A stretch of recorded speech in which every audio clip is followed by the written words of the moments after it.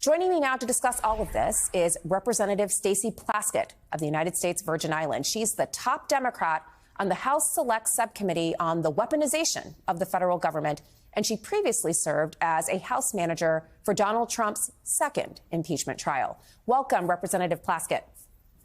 Thank you. Thanks for having me. And happy Father's Day to all the dads out there. To all of the dads. I mean, the son went out to the dads in my life. I want to talk about this effort outlined in the Project 2025 playbook that would place the DOJ under the control of the president. This sounds exactly like the kind of thing the Weaponization Committee is supposed to prevent. Has the committee been working on this? Has it been a productive month getting together a plan to counteract what Project 2025 is proposing? Well, definitely not. Jim Jordan has absolutely no desire to be engaged in discussions about anything which might touch on the presidency of Donald Trump, past, or, God forbid, a future one. This week, I'll be sending him, as the ranking member, a request for a hearing on Project 2025 because of the overreach that this project proposes to the American democratic system at all levels. So you talk about the Department of Justice and ensuring that the Department of Justice is not, in fact, becomes an arm of the presidency, moving the FBI director from a 10-year term to one in which each president is the one who appoints this individual, having loyalty tests for individuals entering the federal government, making civil servants at will employees so that they must, in fact, bend to the will of the president. That is, in fact, the weaponization of our federal government to really follow a fringe movement within America, that being Christian nationalists, hyper-conservative theorists, and former Donald Trump loyalists, all of whom are pushing this Project 2025. So you said that the chair of the Weaponization of the Federal Government Committee, Jim Jordan, has not been focused on this. But I wanted to turn your attention to what he has been focused on. So Jim Jordan recently asked Manhattan District Attorney Alvin Bragg, who led the case for which Donald Trump was recently convicted, to testify before your committee. I should note for our viewers that Alvin Bragg is not a federal officer. He is the Manhattan District Attorney and therefore a local prosecutor.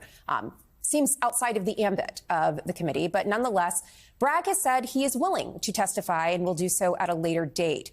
Do you support holding this hearing as within the charge of this subcommittee?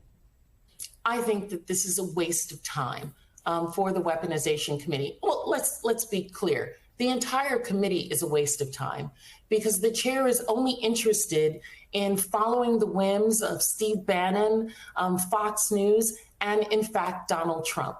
We know that Trump has told the Speaker, Mike Johnson, to do what he can to overturn his conviction, which Congress should have absolutely no authority over.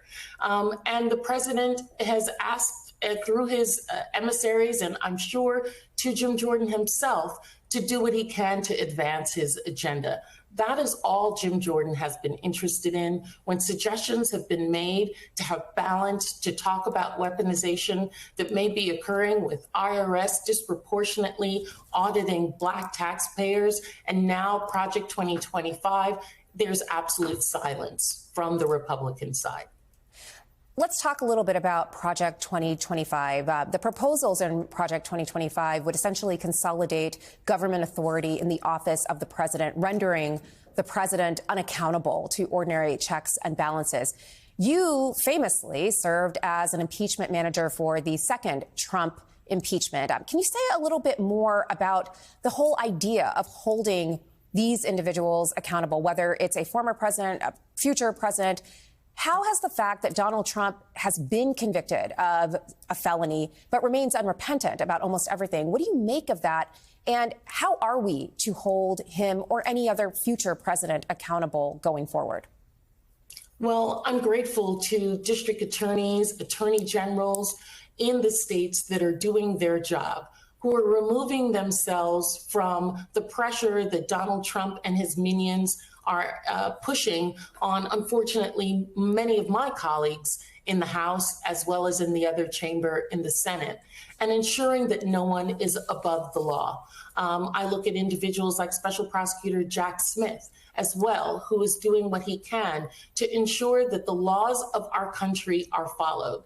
And of course, let's look at the complete difference in mindset between President Biden and how he has treated the judiciary and President Trump and how he has. President Biden, who has not been indicted, not been convicted of anything. His son, in fact, has had a guilty verdict, has said, let the courts do what they are supposed to do. And I am not going to get myself involved in that. That is inappropriate for the executive branch. And we see President Trump doing the exact opposite. Can I ask you about President Biden? You've mentioned his respect for the rule of law and certainly for the verdicts of the court. He is still trailing in the polls. It's a very close race, according to polls. What can President Biden do at this point to pull ahead and to make clear those differences between his administration and this new prospective Trump administration? Well, I think that President Biden is doing what he's supposed to be doing, which is leading the country, showing the empathy, showing the care he has, and the concern for every American, putting that message across. And I think it's for us and the media to show that stark difference between us. Listen, my clarion call, particularly to my constituency and to Black Americans, is you need to look at Project 2025 and see the stark difference that the presidents have for our people, for women, for LGBTQ, and even for Black people. Removing affirmative actions. Project 2025 dismantles diversity, equity, and inclusion, dismantles rights for LGBTQ as well as women's reproductive rights. Those are the things that we as surrogates, as individuals, need to make the American people aware of. And then I think the polls will do what they're going to do, but Americans are going to vote how they need to vote. That's Representative Stacey Plaskett of the U.S. Virgin Islands. Thank you so much.